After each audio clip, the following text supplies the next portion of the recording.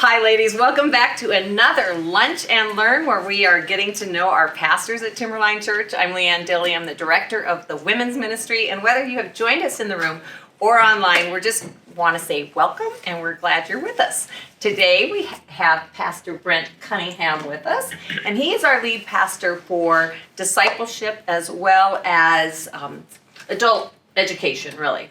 So, welcome. Thank you. And let's just start there. Why don't you, in your own words, tell us what you do here and how your position has evolved. So this this fall will be 18 years that I've been on staff at Timberline. It does, I know. So, and I was an attendee. I was a member of Timberline prior to coming on staff. So I've been a part of the community for 20 years or so, 20 plus years. When I first came on, I was over small groups and adult education. And then over the years, things have flip-flopped back and forth. I let go of small groups and took small groups back on, and I've recently let it go again. I work with, we have a midweek service, a Wednesday night service that I teach. And then I'm on our teaching team. Mostly I teach out at Windsor campus about once a month. And lead our new believers area, adult education. I oversee our prime timers, directors, our women's ministry, which is the best thing happening at Timberline Church. There you go, yeah. New believers, work with our bookstore some, and men's ministry, oversee that as well. That's a lot of hats. So, couple. Yeah. Couple, yeah. I mean, what was the list? I didn't mean to interrupt. No. But that's a lot of hats. Yeah, so how's the balancing of that going for you? Good. It's kind of a new, I've taken on some of those things a little more recently, so it's a little newer. But no, I love it, love what I get to do. I genuinely, 90% of what I do I love. And consider it an absolute blessing and honor that I get to do it every day. Yeah. So. Well, that's good. Can you tell us a little bit about maybe what you did before you came to Timberline? Mm-hmm. So prior to coming on, I was a high school teacher. I taught high school students at a Christian high school for 3 years. Prior to that, Was that here in town? It was in Loveland. In Loveland, yeah. Okay. Prior to that, I lived in South Korea for a year. I taught conversational English at some provincial government schools over there. And then did seminary, actually in between there. And yeah, that's about it. Okay, so South Korea, what took you to South Korea? So I graduated college and I had no idea what I wanted to do. And I had a roommate who was a Korean American, and he had done this, it was called EPIC, English program in Korea. And he had done it for a year, and I was kind of like, I don't know what else to do, and I don't know what I want to do, and there's probably, I do remember thinking, I feel like every generation before me had an overseas experience, at least because of military. Yeah. You know, there were wars, Vietnam and so forth, you know, my parents' generation and stuff, and I thought, I'll never have that experience. This is probably the only time that I can do something like that, so why not? And so I went over there and lived. There's a little island off the southern tip of Korea called Jeju-do, and that's where they sent me. And they call it the Hawaii of Korea, which is a bit of an overstatement. It's volcanic. In that way, it's similar, but it's not the Hawaii of Korea. They say that Jeju-do, though, is what the mainland was 50 years ago. Meaning it's not as advanced, it's not as westernized. There's almost no English speakers there. So it was I probably, at the time I would have said I wish I had been stationed somewhere in the mainland, because it was very remote. For a young man, Yeah. single man at the time, Yeah. probably, right? Okay. Yeah, Yeah. I don't know, 21, 22 or something, and it was interesting. It gave me a sense of what it would be like to be a minority, because everywhere I went, people were just like, they sort of like stare at you and say things, and not in a bad way, but you're the oddball. You just don't fit in, and it. I remember thinking like, I just want to look like everyone else. I just want to fit in. I don't want everyone staring at me. And Did you understand what they were saying? Did you understand their language? I learned a little. I mean, I learned enough to take a cab and buy food and that sort of thing. But no, they did. Anytime you walk down the street, you just hear someone, going, hello, hello, hello, and hello, and they go, hello. They stood out. Yeah. They say, Chicago Bulls. Like they would just say things that they thought were Western, as though it was some sort of reference for me, and I'm like, Chicago Bulls. Oh, that's so funny. Okay. Isn't that just like God, though, to kind of lay that pathway with your roommate, and then you go to Korea? Did that continue? Because that was before seminary. Mm-hmm. Okay, so did you feel a calling or something there, or how can you explain that transition a little bit? Yeah. So one thing I never wanted to be a pastor. I mean, I intentionally didn't want to be a pastor. You told that to God. Yeah. I did, and honestly, the reason why is growing up, a lot of, not all, but a lot of the professional church people in my life, I liked some. I didn't respect many of them, though. I thought that's what you do when you can't do anything else in life, and you sort of run out of options, and so you do that. Like a government worker. A lot of women relating to that in the room right now. Yeah, but I genuinely, that's how I felt. It wasn't respectable in my mind. And my junior year in college, I was at a Christian college, and I'd been taking biblical studies classes just because I was interested in them. And everyone else who I was taking the classes with, they were the people who were going to be pastors, and I just kind of thought they were dorky, and I was like, I'm not going to do that. And I remember my junior year having this. I remember exactly where I was, like in my apartment, and I had this moment where I felt like God was saying, "This is what I want you to do," and it was a genuine surrender moment. It was like a death to self moment of letting go of a pride thing and whatever, where I was like, okay, not pastor, but like biblical studies, like I'm going to really pursue that. And so I knew I would, but I was still like, well, I'm not going to do the church thing though. I'll work in a parachurch organization. I had a couple ideas of what I might do, maybe teach. But it was slowly, well, it was genuinely when I came to Timberline, Fort Collins First Assembly of God, in the old location, that I remember being there, meeting some of the leadership team and being like, maybe I could see myself here, like, because I respected them. Mm-hmm. And it was sort of like, and then it grew into, I want to be here. Like, I really want to be here. Okay. So. Wow. Okay, so. Long answer, sorry. No, we love long answers around here. You're supposed to do most of the talking, so. Pastor Brent really has a reputation here as kind of being a scriptural kind of scholar, or nerd. Okay, nerd. And then, can you tell us what you find so attractive about the scriptures, or what draws you in, or how'd you get there? The Bible's really weird, and I love weird things. It's really old and strange, and it's intriguing. Mm-hmm. And so I'm fascinated because it's this. I've discovered it's this epic narrative that's super weird and strange, and I've learned to be okay with that. Mm-hmm. And it's just endlessly fascinating to me. So kind of a lover of mystery, so to speak. Yeah. Plus, I think in the Bible you can always, when you study it enough, you see the connections or the answers to the mysteries. Yeah, I I love connecting dots. Like that's, I would say, what I'm most intrigued by. This Wednesday night series, and we as the staff have been talking about this whole sacred pathways sort of thing. And one of those pathways is the intellectual or the conceptual pathway. I like the word conceptual.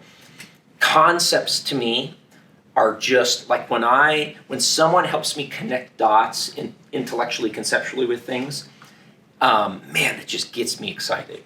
And so I love Bible teachers and resources that help me do that. Like when I can do that and I see something from a new angle or I connect dots I've never connected, all of a sudden I'm just like, oh, it's awesome. I love it. I get excited. So. Hence the word nerd, huh? Yeah. Okay, well, sometimes we ask people to write in questions, and we did get an interesting question from someone. So I'll just throw this out to you. Other than Pastor Donnie, who is your favorite author? I'm not going to tell you who Wild sent it in. guess who sent in that question. Yeah, aside from Pastor Donnie, my favorite authors, I'll give you two. C.S. Lewis is my absolute favorite author of all time. He's just, I stapled Mere Christianity right after the book of Revelation in my Bible. It's fantastic. I try to read it once a year. And just about anything from him is wonderful, wonderful. It can't be overstated how good it is. Second one, I would say more contemporary modern, is Michael Heiser, Heiser. If you read one book this year, read Michael Heiser's. He has one book. It's two versions. You've got two versions of the same content. One is called The Unseen Realm. It is maybe the most important book I've ever read in my life. It has helped me connect dots like I've never connected in my life. That is the version. If you like footnotes, get that version. If you want a slightly more Reader's Digest version, he's got a book called Supernatural. So either The Unseen Realm, a little thicker, or Supernatural, a little thinner. But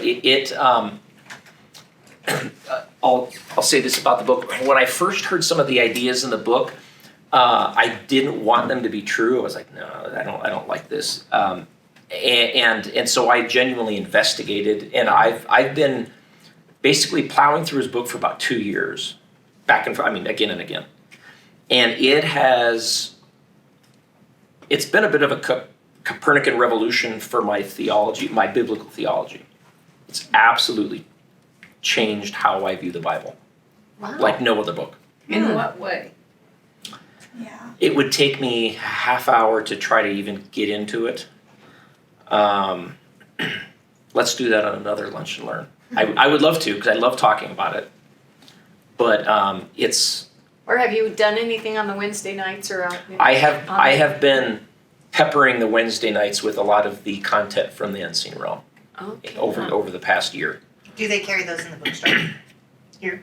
That's a good question. I'll find out. He's a theologian and an Old Testament expert, right? Yeah. Correct. He has a PhD in Hebrew Bible and Semitic languages from University of Wisconsin-Madison, which is one of the kind of top level, not super friendly to conservative evangelicalism. A couple of master's degree. He's brilliant. He has a podcast. If you like, he has a podcast called the Naked Bible Podcast. Oh, I've heard of that. The Naked Bible. It's wonderful. Absolutely wonderful. Oh. His goal is to take scholarly, peer-reviewed research and make it accessible to the average person. So, highly recommend it. Cool. Yeah. What about his book, The Demons? He's got a book called Demons, one called Angels, Unseen Realm, Reversing Hermon. They're all wonderful. But I would start with either Supernatural or The Unseen Realm.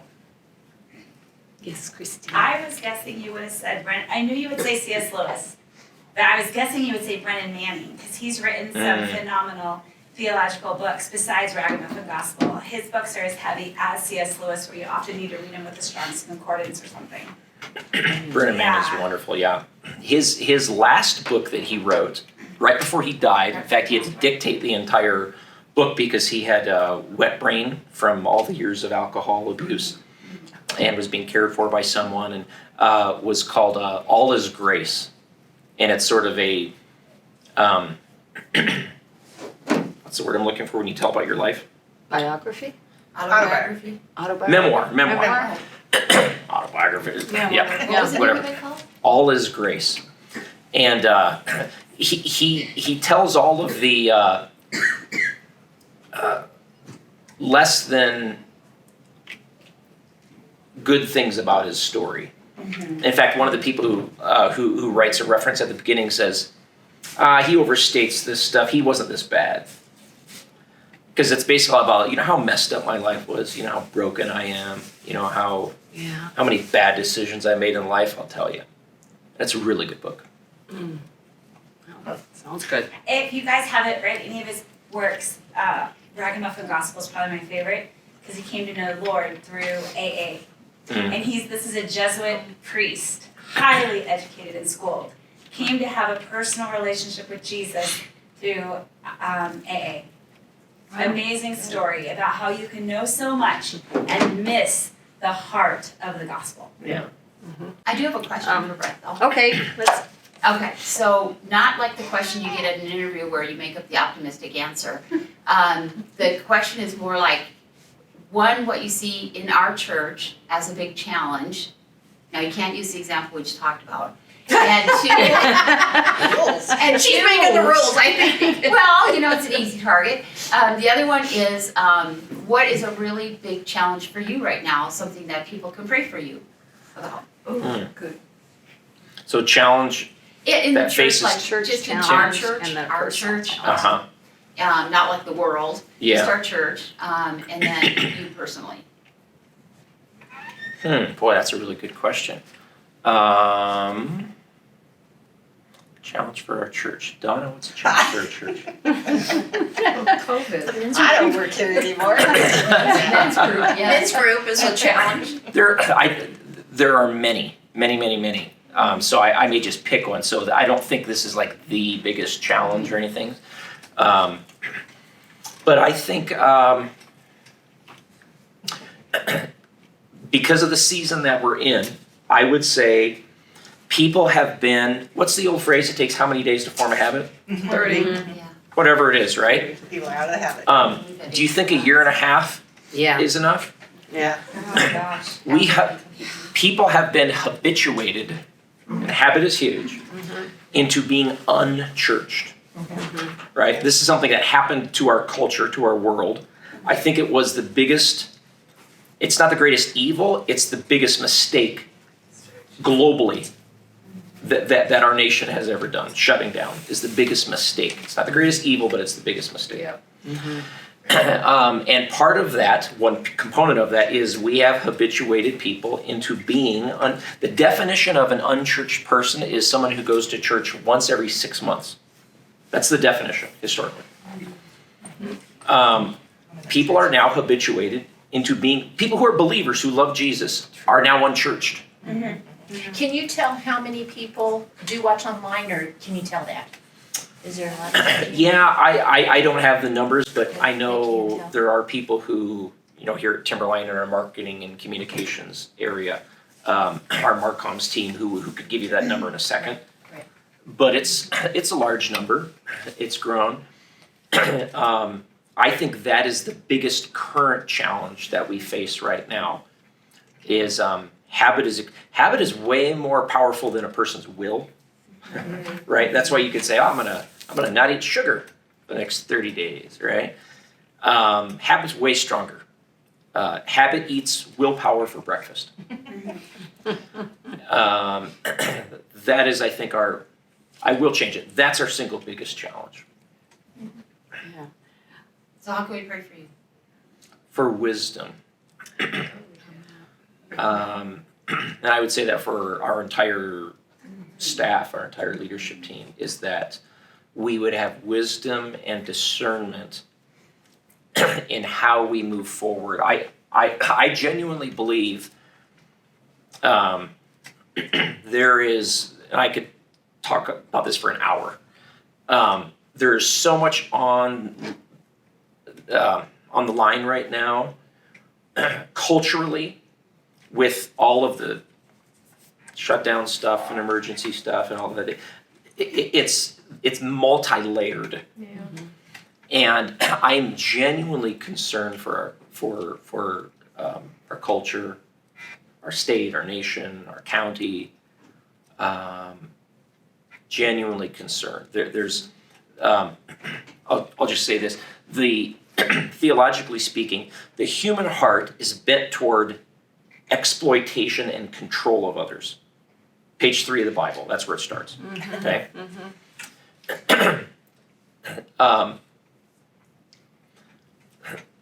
Liberty is not the norm. It's abnormal for nations, as far as nations go. I mean, I'm not a historian. I'm a student of history, and as I've explored and studied nations throughout history, the average is dictator and peasants. That's just the norm. Okay, that's the reason why the founders of this nation said this is an experiment. The reason they said experiment is because liberty is not normal. It's abnormal. What's normal is people want to be taken care of. Yeah. Okay, that's an instinct. A value is liberty. Do you know the difference between a value and an instinct? An instinct is something you naturally go toward. A value is something you aspire to, you work for, you have to work at. Liberty is not an instinct. Being taken care of, that's an instinct. Liberty is a value. It's something you have to aspire toward, work for. So, given our time right now, what's the highest aspiration, being taken care of or liberty? And I think because the human heart is bent toward exploitation and using others, and you give someone like that and we're all that way, that's the human heart. And if someone's in power and in charge, and your basic instinct is to be taken care of, and they say, give me your liberty and I'll take care of you. Well, let's do a trade. That's the default.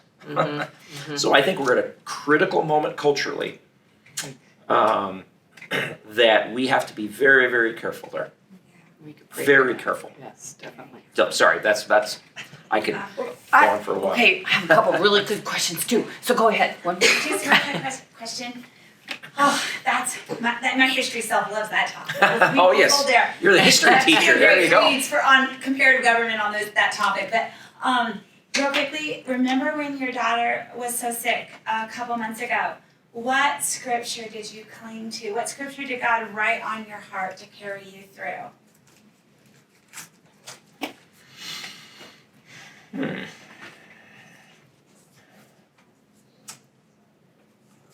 I don't know if I have one particular scripture. I promise God gave you. I think just that my mother's favorite hymn is "Great is Thy Faithfulness." Morning by morning, new mercies I see. That truth is something that I think always tethers me. Those words come to mind, if not daily, almost. Morning by morning, God's still faithful. You know, that's a good segue to one of my questions. I was hoping we could talk about your family. Like where you have a wife, Kristen, 4 children that we've heard about a little bit when you teach and stuff. Can you tell us where you met Kristen and those little magic, when the magic moments happened or whatever, something, and then a little bit about your kids too. Yeah. So it would have been probably 1996. I was a junior at Grand Canyon University down in Phoenix, and at 3300 West Camelback Road, Impressive. was walking across campus and saw this girl, and she was stunning. And she would say this is true. When she's not smiling, she has a look that's kind of like, and so it looks a little snotty, I don't know what you call her. And I thought she's good looking, but she's probably a little snooty. So and my roommate at the time, he was my best friend. His name's Carter. Is this the one from Korea? No, different. Oh, okay. And so we'd always said, we should go on a double date. It was more about my roommate and I than the girls. It was like, would that be cool? We should, because we just did we worked at the same place. We lived together. And he was just my best buddy. And so we were coming up to toward the end of our college career, and we're like, we should do the double date thing. That's cool, right? So, and neither one of us were dating him at the time. And so I said, well, who would you go with? And he goes, oh, there's this one girl. And he said, who'd you go with? And I go, there's this one girl. I don't know her name. And I worked in the cafeteria, so I would slop food on plates, people. So I saw everyone would come by, and and I'm like, remember that girl? She comes in, because he worked there with me. And so he knew someone. Anyway, so we went on a double date. It was at the end of my junior. It was like the last week of my junior year of school. Like we were, shutting down. We're packing up and going home. So we went on one date, and then that summer I called her because she always kind of jokes about this. I called her, said, I said, hi, Kristen. I said, this is Brent Cunningham from Grand Canyon University. Do you remember me? That's like first thing I said to her. And then I decided that summer to do an a semester away, focus on the family. At the time, did a 1 semester long internship / school classes. At the time, it was called Focus on the Family Institute, or Institute for Family Studies, or something along those lines. And so I never came back to school. I ended up going down to Colorado Springs, and I spent the semester down there. While I was there, 2 of my roommates, I remember they called me and were like, hey, do you mind if I ask Kristen out on a date? And I was kind of like, hey, whatever, so both of my 2 roommates were kind of pursuing her. I was gone. So when I came back the second semester, they were all chummy. I mean, all like her roommate group and my roommate, they were all friends, and so nothing really happened that whole semester. At the very end of the semester, I asked her out again. We had like another week of school left. This is the end of your senior year. End of my senior year. So dated for 2 weeks or whatever, and then I said, "Oh, I'm going to South Korea." And so I went to South Korea, and we corresponded. This is lettering, letters. No, there was email. It like AOL was kind of new, but no one had. I didn't have a computer or anything like that. So we just wrote letters and corresponded. So the majority of our dating life was removed by at least a state or a country. Wow. But what I've always said is, you actually get to know someone pretty well when you're just writing letters to them. There's no interference. There's no like putting your best foot forward. There's no, oh, you're really cute, or that sort of stuff. So we corresponded. During that time, I was like, I think I want to marry her. Wow. And so I called her dad from Korea. Wow. And I said, I'd like to marry your daughter. Wow, that's impressive. And he gave me his permission. And then back then they would do this thing. I don't know if this still goes on. A courier. There were like courier flights where it was like half the price to fly. And I don't know, the drugs. I have no idea what it was. You would take some package.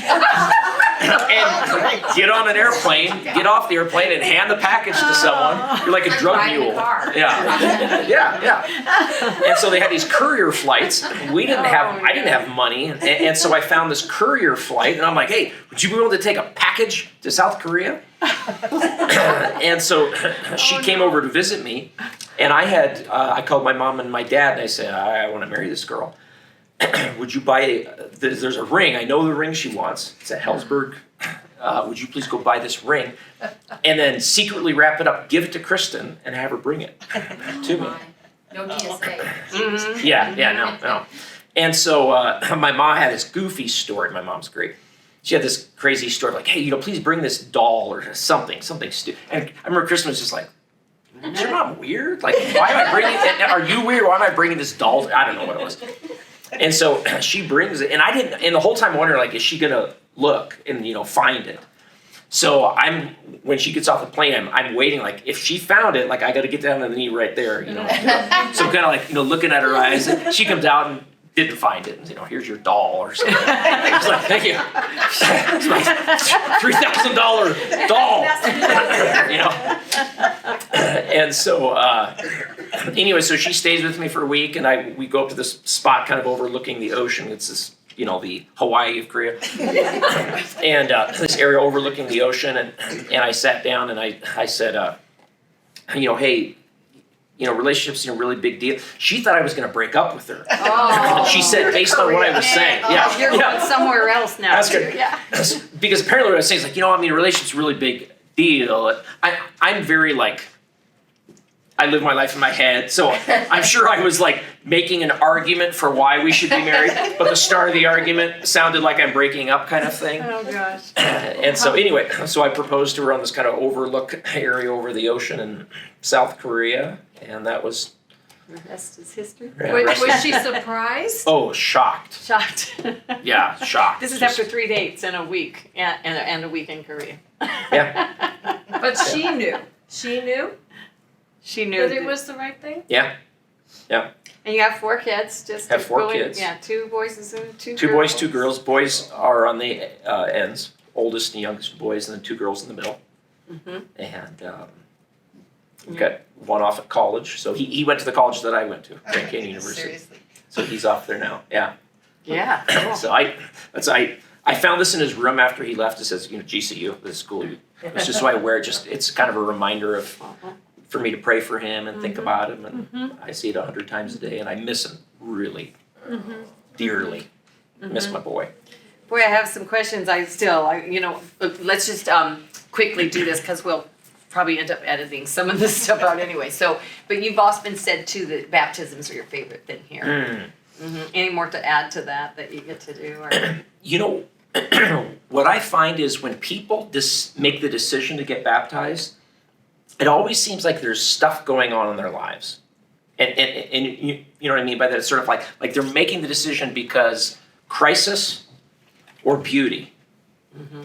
And so hearing people's stories, which I get to a little bit, when I do a baptism class, and I always say at the beginning of the class, if it's small enough, I say, hey, let's go around, introduce yourself, how long you've been a part of the community, and why are you getting baptized? And the stories that come out are crazy, just crazy. And oftentimes I'll kind of like, hey, let's talk afterwards. I want to hear more about that, Jessica. Let's talk more. But people are just at unique places in their spiritual journeys, in their relationship with God, and it's a huge step. It's a big step, and so the fact that I get to like be involved in that is an honor. Yeah. It's such an honor. So when I get to baptize people, I mean, I'm 9 times out of 10, I'm holding back tears or I start crying or something because it's just so beautiful. It's so beautiful. It's a powerful statement, public declaration of their faith. Absolutely. Yeah. Okay. Well, let's say goodbye to our Facebook friends and online friends right now. Thanks for joining us. We will be back probably in 2022, it looks like. So, or we'll put it on the website to when and who's next, okay? Thanks for joining us.